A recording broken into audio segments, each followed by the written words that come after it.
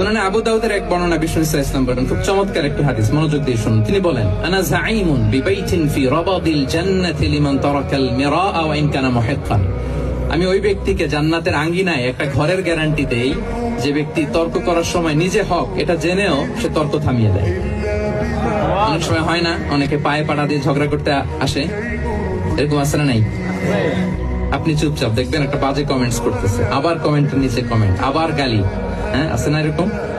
বিষ্ণু বলেন, নিজে হক এটা জানার পরেও আর যাতে তর্ক না বাড়ে, যে তর্ক থামিয়ে দেয় জান্নাতের আঙ্গিনায়, তাকে আমি একটা ঘরের গ্যারান্টি দেই।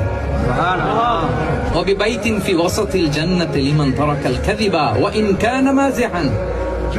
আর ওই ব্যক্তিকে আমি জান্নাতের মাঝখানে একটা ঘরের গ্যারান্টি দেই যে ব্যক্তি কৌতুক করার সময়ও মিথ্যা পরিহার করে। করতেছে কৌতুক, ফান করতেছে আর কি, হি ইজ কিডিং, ফান করে, কৌতুক করে, কিন্তু কৌতুকের সময়ও সে মিথ্যা বলে না।